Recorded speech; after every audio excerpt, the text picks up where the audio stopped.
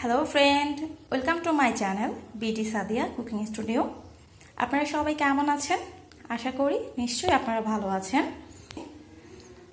আজকে আমি আপনাদের জন্য নিয়ে আসছি মটর পোলাও।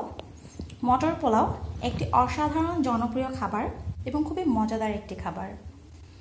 এই মটর পোলাওটি আমরা চিকেন কারি, চিকেন মাঞ্চুরিয়ান এবং চিকেনের অনেক আইটেম এবং এগের অনেক আইটেম, বিফের অনেক আইটেম দিয়ে আমরা এই মটর পোলাওটি খেতে পারি। মটর পোলাওটি দেখতেও যেমন সুন্দর এবং খেতেও একটি খুব মজাদার খাবার। আজকে আমি আপনাদেরকে দেখাবো কি করে মটর পোলাও বানাতে হয়। তাহলে চলুন ভিউয়ার্স, দেখে নিই মটর পোলাও কিভাবে বানাতে হয়। Let's go. চুলায় আমি একটি হাঁড়ি বসিয়ে দিয়েছি আর হাঁড়িটা গরম হয়ে গেছে। এখন আমি এখানে 3 টেবিল চামচ রান্নার তেল দিয়ে দিচ্ছি এবং এখানে আমি 1 চা চামচ ঘি দিয়ে দিয়েছি। এখন তেলটা গরম করে নেব আর ঘিটা তেলের সাথে সাথে সম্পূর্ণ গলে যাচ্ছে। ঘি এবং তেলটা গরম হয়ে গেছে। এখন আমি এখানে বড় সাইজের একটা পেঁয়াজ কুচি দিয়ে দিচ্ছি।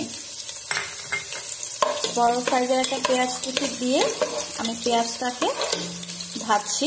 পেঁয়াজটাকে আমি হালকা বাদামি করে ভেজে নেব। পেঁয়াজটা আমার হালকা বাদামি করে ভাজা হয়ে গেছে। এখন এখানে আমি 2টা তেজপাতা মাঝখান থেকে ছিঁড়ে দিয়েছি আর 3 টুকরা দারচিনি দিয়েছি আর 4টা এলাচ দিচ্ছি।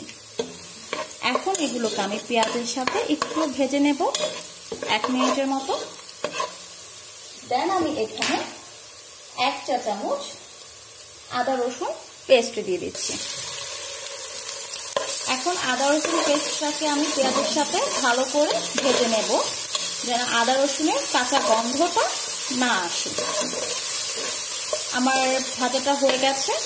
এখন আমি এখানে আগে থেকে সেদ্ধ করে রাখা মটরশুঁটি দিয়ে দিচ্ছি। মটরশুঁটি বা কড়াইশুঁটি যেটাই বলেন আপনারা। এখন এটাকে আমি মটরশুঁটিটাকে 2 থেকে 3 মিনিটের মতো ভেজে নেব। মটরশুঁটিটা ভাজা হয়ে গেছে। এখন আমি এখানে আধা কেজি পোলার চাল দিয়ে দেব। পোলার চালটা আমি আগে থেকে ধুয়ে পানি ঝরিয়ে রেখেছি। এখন আমি পোলার চালটা দিয়ে দিচ্ছি। আমি এখানে কালোজিরা পোলার চাল ব্যবহার করেছি। আপনারা চাইলে বাসমতি চাল অথবা অন্য যে কোনো পোলার চাল ব্যবহার করতে পারেন। এখন আমি এটাকে ভালো করে ভেজে নেব, কারণ পোলাওটা কেমন হবে সেটা নির্ভর করে সম্পূর্ণ এই ভাজাটার উপরে। সুন্দর করে ভাজা হলে পোলাওটা অনেক মজা হয়, অনেক সুস্বাদু হয়। আর যদি ভাজাটা ভালো মতো না হয় তাহলে পোলাওটা সুন্দর হয় না। তাহলে আমি এটাকে সুন্দর করে ভেজে নেব। আমার পোলার চালটা ভাজা হয়ে গেছে।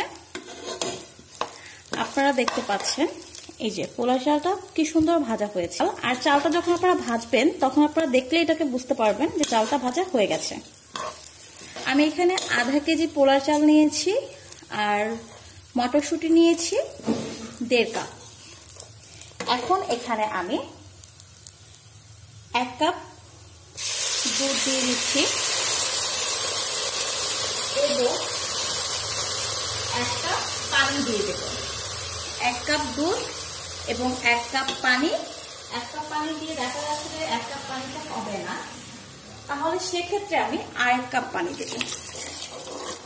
আধা কেজি চালের মধ্যে 2 কাপ পানি এবং 1 কাপ দুধ দিয়ে দিয়েছি এবং আমি এখন এখানে 7-8টা কাঁচামরিচ দিয়ে দিচ্ছি।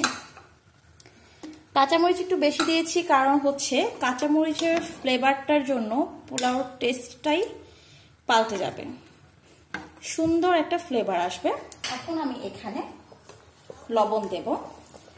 আমি এখানে 1.5 চামচের মতো লবণ দিচ্ছি। আপনারা অবশ্যই লবণের পরিমাণটা আপনাদের স্বাদ অনুযায়ী দেবেন, কারণ কেউ লবণ বেশি খেতে পছন্দ করে, কেউ কম। সবার লবণের টেস্ট একরকম না। আমি একটু নেড়ে দিচ্ছি। এখন আমি এটিকে ঢেকে দিব।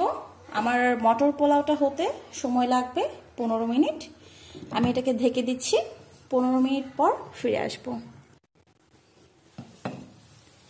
আমার পোলাওটা হয়ে গেছে। আমি একটু নেড়ে দিচ্ছি। এই যে পোলাওটা অনেক সুন্দর হয়ে গেছে।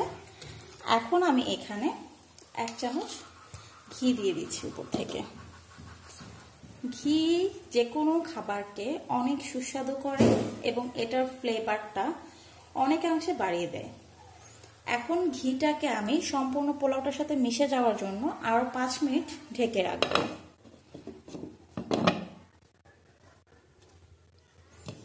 5 মিনিট হয়ে গেছে। আমার মটর পোলাওটা সম্পূর্ণ হয়ে গেছে। আপনারা দেখেন কত সুন্দর হয়েছে এবং এটার ফ্লেভারটাও অনেক সুন্দর বের হচ্ছে।